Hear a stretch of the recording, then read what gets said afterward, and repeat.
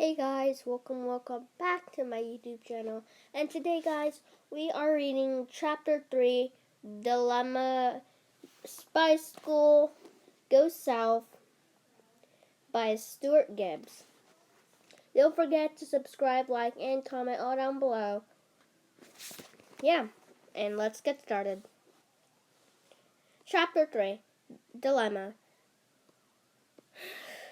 I have a problem, Mike Brzezinski said. A big one. Join the club, I told him. You don't understand, Mike said. This problem is huge, bigger than anything you could possibly be dealing with right now.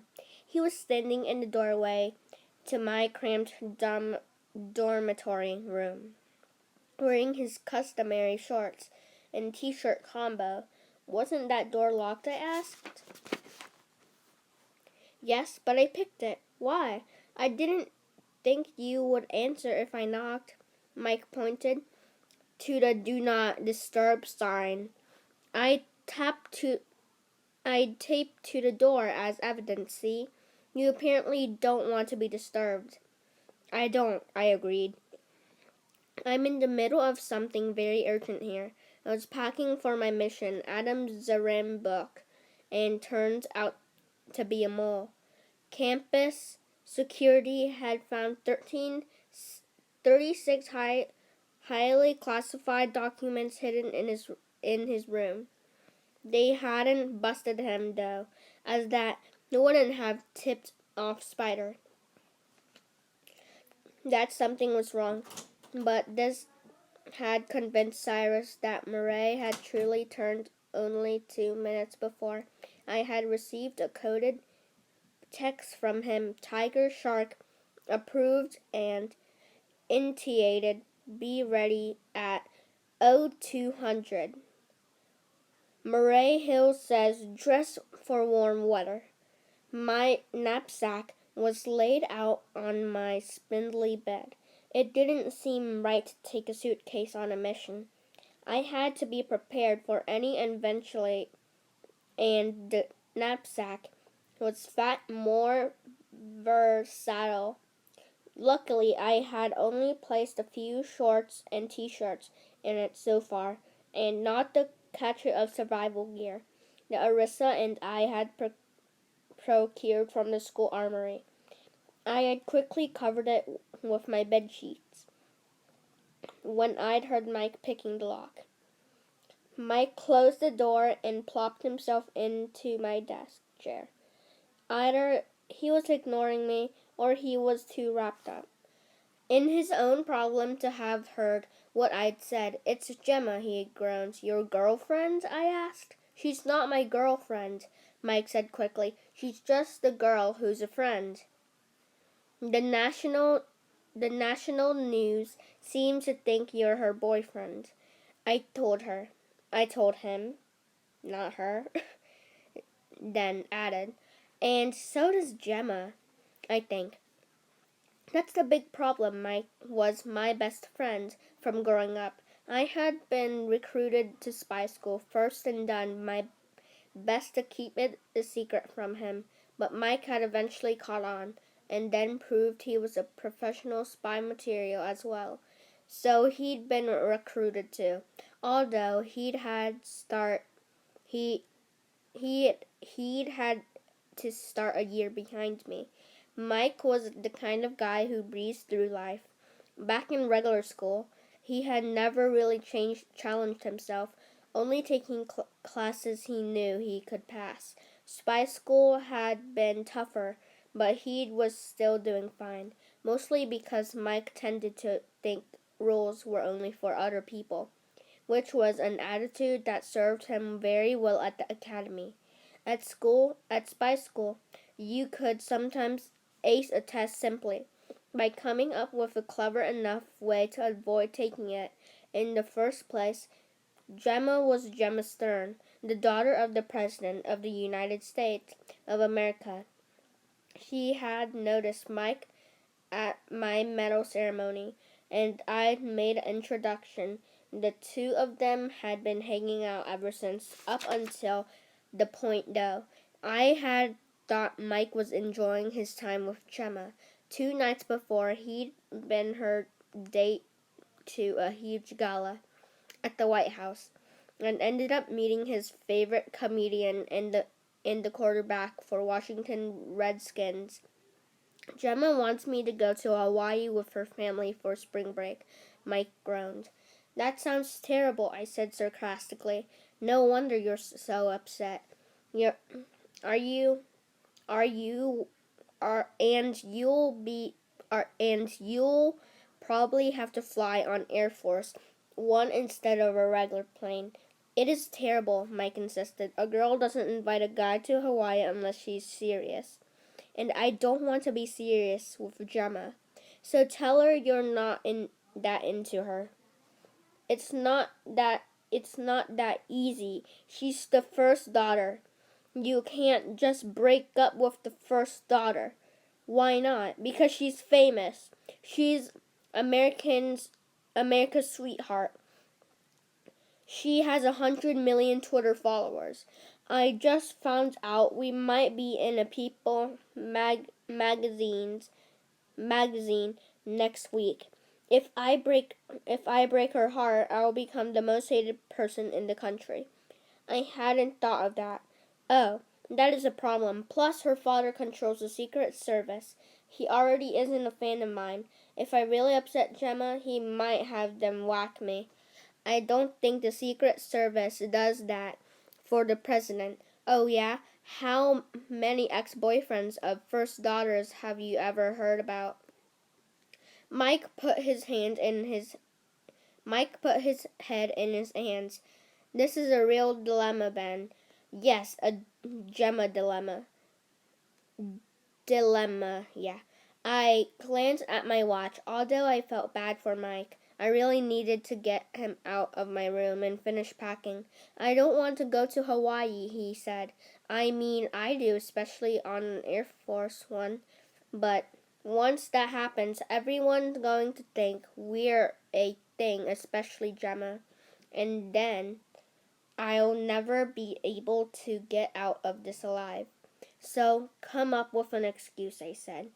One that doesn't sound like you're breaking up with her. Like you have to go on a family reunion or something. That will never work. I already told her everyone in my family hates each other. I'm sure you can come up with something else. Mike lifted his head from his hands, looking at me suspiciously. Why are you trying to get rid of me? I'm not trying to get rid of you, I said, though I probably hesitated a moment too long before saying it. Mike had caught me off guard. His eyes flicked to my snapback. What are you packing for?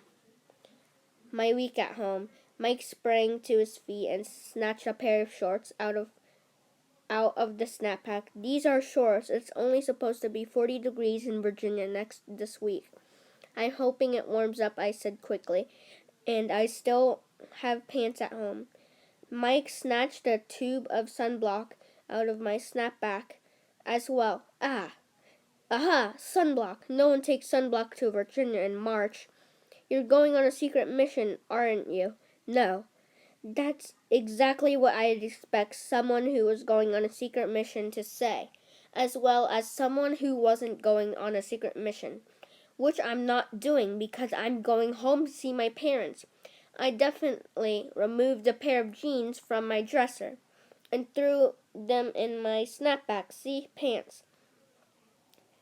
Where are you going? Mike said. Does it have something to do with Spider? It couldn't have less to do with Spider. I'm going to be helping my parents at the grocery store. Mike dramatically yanked back the covers on my bed, revealing the cache of supplies. Then he grinned knowingly at me. Exactly. What do you need a grappling hook for at a grocery store? Some of the stuff on the top shelves. It is very hard to reach, I said, but I couldn't sell it. Mike had me figure out, and I had always hated lying to my friends. It was my least favorite thing about being a spy. After he nearly being killed by my enemies, of course. What's the mission? Mike asked. Can I come? No. Aw, come on. I'm your best friend. Take me with you. That's not how these things work. I don't get to invite whoever I want. It's a top secret mission, not a birthday party. The door to my room suddenly flew open, revealing Zoe Zibel. You're going on a secret mission? She asked excitedly. Zoe had been my best friend at spy school until Mike had been recruited. For the moment I met her, she had been my biggest supporter, believing that I had what it took up to be a great spy, even when I hadn't believed it myself. Unfortunately, our relationship had grown awkward since I had discovered that she had a secret crush on me. Even worse, our fellow student Warren Reeves had a secret crush on Zoe. Warren had been so upset with my stealing her attention from him what he defected to Spider and nearly gotten me killed. Zoe and I hadn't dealt with this since it had happened. Both of us had been too embarrassed, avoiding but wait but avoiding the subject had only made things worse. Things had been weird between us for the last few weeks. Doesn't anyone knock anymore? I asked, or pay attention to do not disturb signs. I wasn't eavesdropping, Zoe said. I swear I merely happened to be passing by when I overheard you. The walls in this dorm are paper thin, so you decided to pick the lock? I I asked her accusingly. Actually, that's my bad, Mike owned. I didn't lock the door after I picked it. Are you going after Spider? Zoe asked me excitedly. Can I come? No! I went to the doorway, peered into the hall to see if any other fellow students were eavesdropping. Then I locked the door and lowered my voice to a whisper. You're not even supposed to know about this mission, let alone to be invited to tag along. Zoe frowned angrily. I thought we were friends. We are. Friends don't go on missions without telling each other about it. They do it. They're secret missions, I said. If you got sent on a secret mission, you wouldn't be allowed to tell me, and I wouldn't take it personally. Yeah, right. Mike dug into a box of survival gear. Wow, night vision goggles, telephoto scope, camo face paint. Looks like someone's doing some surveillance. Zoe peered into the box as well and grabbed a pack of gum. Cool. Is this putty explosive that designed to look like gum? No, I said. That's actual gum. Mint gum, Mike said suspiciously. So you're thinking about keeping your breath fresh? Arissa must be going. Zoe glowered jealously, then tried to hide it. She's not, I lied. Of course she is. Is Zoe? Zoe said flatly. Anytime you go on a mission, Arissa goes too. You two are the Wonder Twins. You get to go off and have all these amazing adventures while the rest of us are stuck back here doing homework. Adventures where people try to kill me on a regular basis, I reminded her. And you've been able to come on some of them. Only as backup, Zoe muttered. You and Arissa always get to be the principals. So no one ever frames me for the assassination of the president or forces me to defuse a nuclear bomb while hanging from a helicopter. Most people would consider that a good thing. I said, well, I don't. Zoe huffed. I'm a straight A student here. I've proved myself on missions, and I have way better fighting skills than you do. There are slime molds with better fighting skills than Ben, Mike put in. But you're the one who always gets the missions, Zoe told me penitently. I've never got I never get to have any fun. I signaled her to lower her voice before the entire dormitory heard about the mission. I wish I could take you, I whispered, but it's not my call. Then put it in a good word for us, Mike suggested. Who's running this op? Cyrus? No, I said too quickly. It's definitely Cyrus, Zoe said. Yes, ask him. He likes you. Cyrus doesn't like anybody, I said. He likes Arissa. Mike offered. So ask her to ask him about us. Zoe and I have been with him before. He did good work. We kept all of the Colorado from getting nuked. This has to be worth something. I can try, I told them, but I don't think it's going to get us anywhere. The mission is supposed to be pretty bare bones. Please, Zoe pleaded. You know we'd be helpful, right?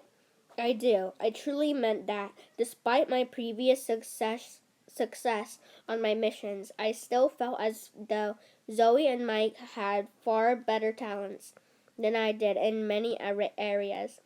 They might not have been as incredibly adept as Arissa, but they would still have been a welcome addition as far as I was concerned. 4 spies seemed far better than 2, and yet it's still going to be a long shot.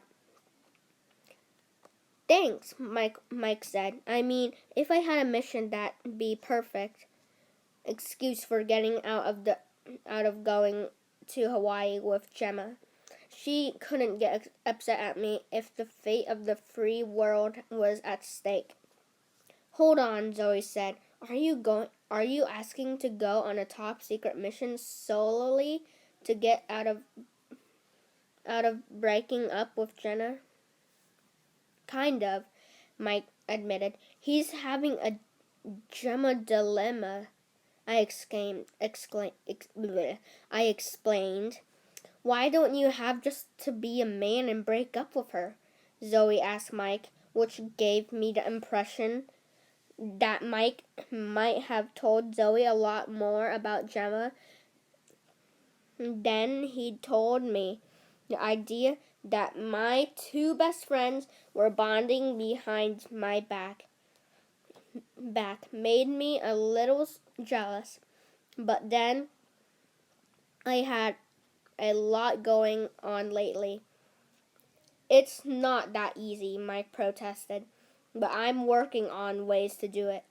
Ones that will still let me look like a pretty good person, like maybe faking my own death. Mike, Zoe gasped. You can't do that? Sure I could. It wouldn't even be that hard. If I go on the mission, then we could say that something went wrong and I was killed in action. There are 3 problems with that, Zoe pointed out. First of all, it's idiotic. Second, it's a horrible thing to do. And third, Gemma isn't even supposed to know that you're on a spy. She thinks this is a science academy. Crud, Michael grumbled. You're right. Then he brightened suddenly. Maybe I could die in a tragic science experiment. No, Zoe said so forcefully that Mike shrank away from her. Guys, I said, I'm sorry, but I really need some time to pack. And if you want me to see about getting you on the mission, then I'd better do it the right way. Do it right way. Away. So that you have time to pack. We're leaving at 0200. Mike and Zoe were so excited by this prospect, they practically sprang for the door. Sure thing, Mike told me. Thanks for doing this, Zoe said. I really appreciate it. Sorry, I got upset at you earlier. No worries, I told her, following them out the door. I'll go talk to Arissa and you know that Cyrus says what Cyrus says. They thanked me again and hurried off to their own rooms, whispering excitedly to each other. I quickly set off in the other direction, heading for Arissa's room. I was quite sure I was on a fool's errand, but I figured it couldn't hurt to try. I took the stairs down a floor cut through the small common area where a few fellow students were doing homework. I approached Arissa's room. Instead of my simple do not disturb sign, Arissa had dozens of threats posters on her door, mostly promised bodily harm to anyone who bothered her. I was considering whether or not to risk knocking the door opened anyhow. Arissa had apparently known I was standing there. She yanked me into the room, cased the hall to see if anyone was watching, then shut the door and locked it. It hadn't occurred to me until that moment that I had never been in Arissa's room. I doubted anyone else had either. Arissa wasn't much for socializing when I saw astonished me. It looked completely normal. I had been expecting walls lined with weaponry or cold, bare walls that concealed secret rooms with walls lined with weaponry. I had not expected posters with kittens on them, or a baby blue comforter on the bed, or a plethora or throw pillows. Arissa noticed the stunned look on my face. What's wrong with you? Nothing, I said quickly. I just didn't think that, I was human. That's not quite what I like kittens, okay? And throw pillows. Is that a teapot? I asked, stunned. That one was staring at the porcelain, and it had delicate paintings of flowers on it. I'm half British, Arissa said curtly. Liking tea is genetic. Also, the pot is very good for brewing antidotes for poison in case. I ingested too much. Too much? Don't you mean any? No, Arissa said. Like I was an idiot. You have to ingest some poison if you want to build up an immunity to it. Oh, of course.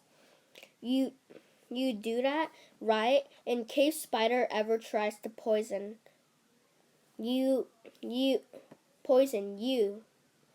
need to be prepared. I'm working on it, I lied. Listen, before we go, I have a question for you. The answer is no. You don't even know what the question is. Is it, can Mike and Zoe come with us on the mission? Okay, I said. You do know what the question is. How do you do that? I'm studying to be a spy, Ben. It's my job to know things. Do you have my room bugged? We don't have time for this, Arissa said, which was a dodge rather than an answer.